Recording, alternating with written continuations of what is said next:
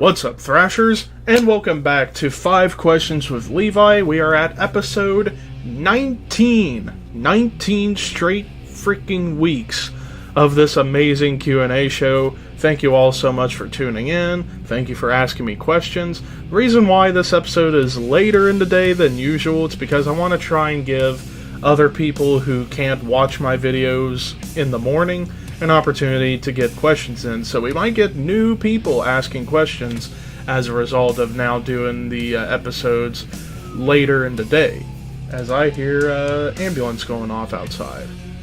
Sounds like there must have been a car wreck or something. But nonetheless, we are getting ready for episode 19 of the show. Let's get to the questions, people. Shall we? Red Racer 1985 asks, who are your all-time and current favorite NASCAR Truck Series drivers? Well, my all-time favorite Truck Series driver would probably be John Hunter Nemechek. Ever since I heard of John Hunter Nemechek, because I always liked Joe Nemechek growing up, and the fact I heard that he had another kid who's still alive, thankfully, John Hunter, and seeing how he was able to perform in trucks, he was impressive, and I wished he would have won a championship, but hey, at least he's now can't believe he still has to share that 42 car, but nonetheless, he's in the 42 part-time in Xfinity and runs very well in that car. Hopefully he gets that car or a Ganassi car full-time in Xfinity. Just a thought. But current favorite Truck Series driver, Brett Moffitt.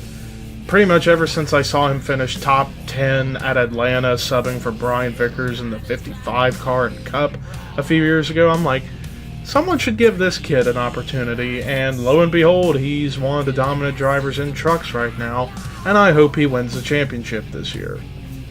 Then again, one can dream. Ben Crouch asks, what is your favorite guilty pleasure song? Mine is Angel of Death. My guilty pleasure song? I don't mind Lady Gaga's Bad Romance. In fact, I don't mind Lady Gaga, period. She's a metal fan, which I totally respect, and she's not a bad pop star. And that song, Bad Romance, is annoyingly catchy. And I enjoyed it when I heard it on the radio on the school bus when I was in high school.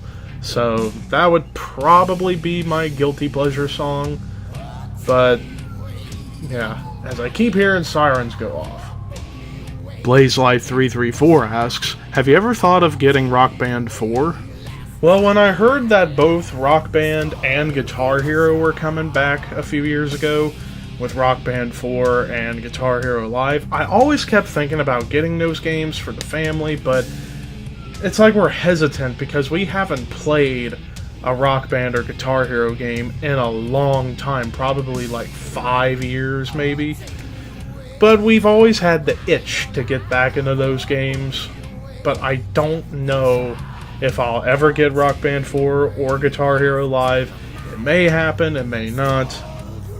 Probably not, because I hogged the PS4, and it would just lead to them wanting to get a PS4 for themselves, because I would get so annoyed. Because this happened when Guitar Hero first came out in 2005 and 2006.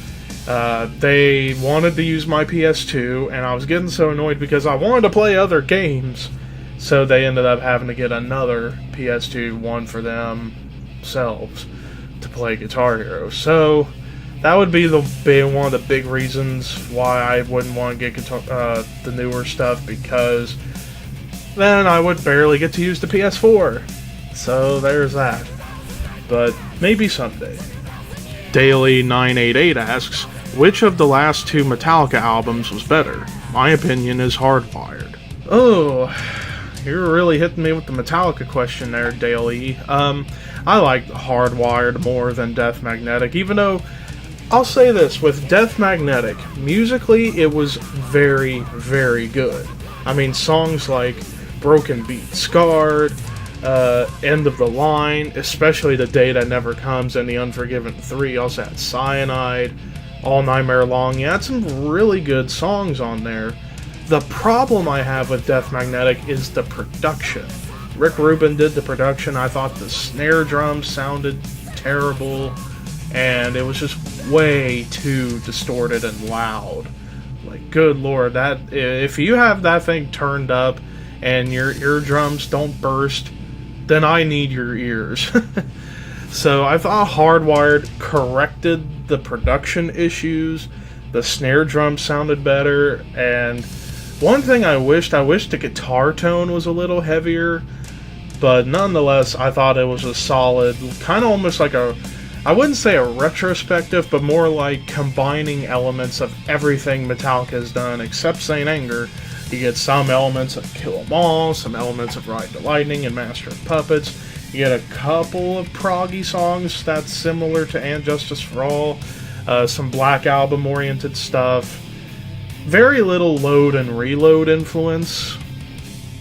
I feel like it was more Black Album on back was, I felt, the approach they were going for, to combine slow and fast songs from Black Album back to Kill 'Em All. So I thought that was a really cool thing for Metallica to do. I personally hope they make one more album, and hopefully make it an all thrash album, but you never know. You just never know if they're going to make another record, or they're going to take a long time again to make one. I don't know. I don't know.